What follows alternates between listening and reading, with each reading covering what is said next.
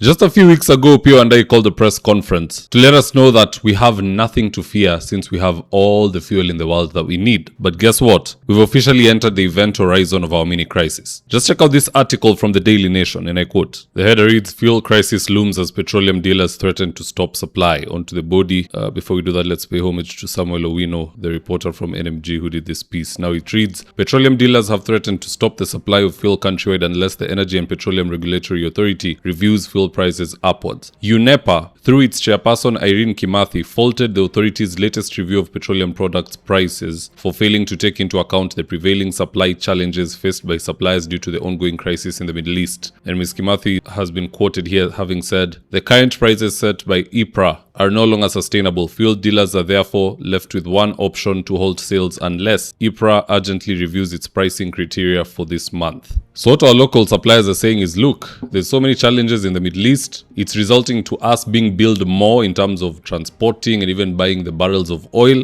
So we need you to adjust the pricing appropriately so that we can survive during this period. And EPRA is saying no. And that's why in this video I want us to look into two things. Number one, why EPRA has refused to increase fuel prices despite the protests from the fuel suppliers. And number two, some of the disasters you can expect to happen if we're hit with a fuel shortage. And so with no further ado, let's get after it. So the primary reason why EPRA doesn't want to increase the cost of fuel nationwide is not to shield the common mwananchi. Because if that were the case, they would never have even removed the fuel subsidy that Uhuru Kenyatta had placed there. They've always left us exposed to the high cost of fuel, even higher than Uganda, yet Ugandan fuel passes through Kenya. The primary reason here is because they want to bankrupt their boss's competition. And the boss you and me are referring to ni ule jamaa ambaye ameanza kukonda. Apparently he's very busy mining oil in Turkana, and that's why EPRA wants to frustrate suppliers with low prices so that the slim guy is only one left with the ability to supply oil and petroleum all across the country. Just listen to Didi Nyoro exposing this rot. Mafuta ya Turkana, mwenye anatiba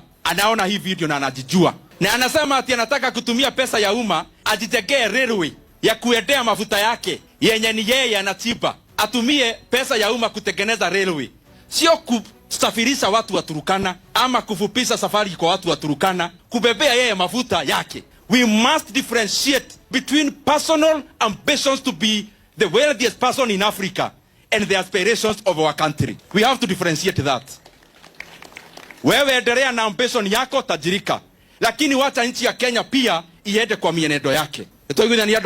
So long story short, someone somewhere just wants to force a shortage so that they can release their stock in what would now have become a monopoly. Now on the flip side, this is how the repercussions you can expect with an impeding fuel shortage. Number one, let's start with aviation. Believe it or not, Jkia is sitting on 50 days worth of fuel alone. And this report did not come out today, it came out 7 days ago. So now they are having 43 days worth of fuel. So what are the repercussions there? Local flights and even international flights, because this is affecting everybody worldwide, are going to go up in cost. I don't know if those who already bought their tickets are immune or even those prices are going to be reviewed. You do know that part of their terms and conditions, they allow themselves to do that. Now, if it gets worse, it will go beyond a price hike and now all the planes will be grounded. If you want to move from Nairobi to Mombasa, it was a critical meeting. You need to be there in a matter of 45 minutes. You will have to take the SGR. You will have to drive by road. Na ikiumana sana, unatoka na mountain bike. That is where we are headed at this current trajectory. Just listening to Trevor Umbija shedding light on this. Kenya Airways says it is adequately cushioned against immediate fuel shortage, with reserves expected to last up to 50 days, even as the escalating Middle East conflict continues to rattle global aviation and energy markets.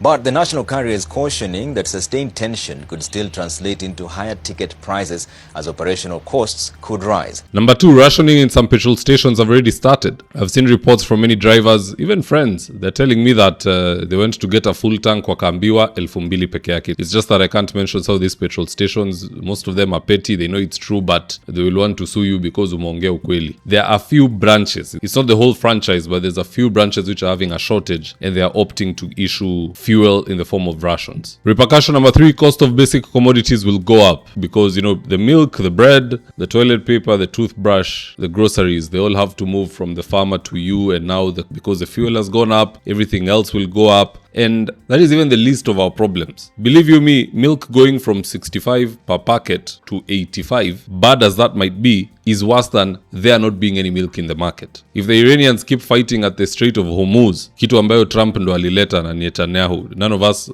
ask them to do any of that, but we're all paying a price. And it will reach a point, even moving things from point A to B is impossible. So this is some of the things we need to brace for. If you're having an EV, electric vehicle, you're very lucky. Stima pia inatumia mafuta lakini si sana, so it's an industry that can keep running longer than the others. So you can always charge your electric vehicle, your electric motorbike, or your electric scooter or bicycle. Those ones are okay. But for all others, ukiweza kuweka full tank, weka. Even better if they're able to put it for you in jerrycans, uku unakaa nayo, whether you'll become a supplier, whether you'll use it pole pole in the middle of a crisis, that's up to you. What you do with this information is solely at your discretion. But at the end of the day, guys, the market is being frustrated. They need the price to be increased because of the challenges they're having with their consignments from the Middle East. The government is not doing it because their local supplier, yule jamaa ambaye tulitaja, this is his time to shine. And so it's a very funny country, but nonetheless, that's all I had for you today, guys. Do drop me your comments in the comment section below. I'll do my best to read them and to give you a response. And with that, here today's ads of the day. Right now, I'm with my team headed to a client's house in Ruto for consultation. That is to take measurements of the windows, go through our catalog with the client,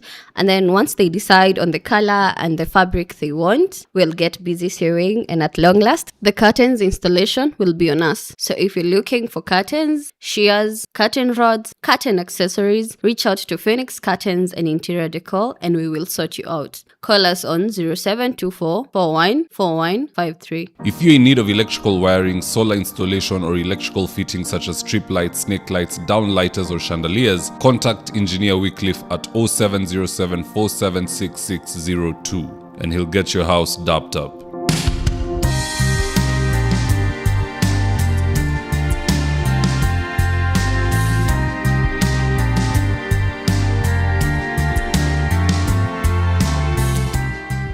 Now, if you're here for the first time, please go on and hit the subscribe button. And if you're watching from a different platform, just head on over to YouTube, search for David Wafula. Hit the subscribe button. You're going to be getting a ton of content of this nature. If politics is something you're passionate about, this is definitely the one channel that you really, really need to subscribe to.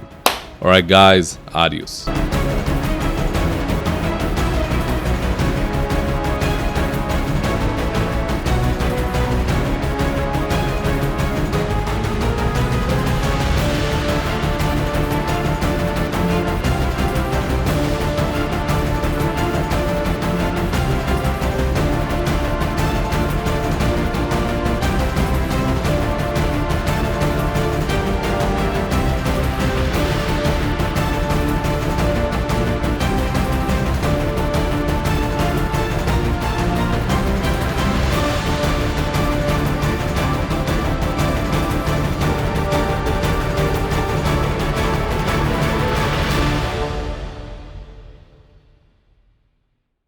Thank you for choosing David Wafula as your primary news platform.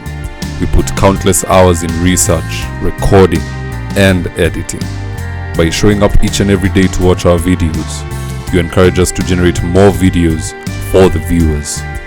We are on a mission to inform, educate, and build a better tomorrow. To our thousands of followers in a world full of presidents, kings, and queens, you are the real gem. Adios.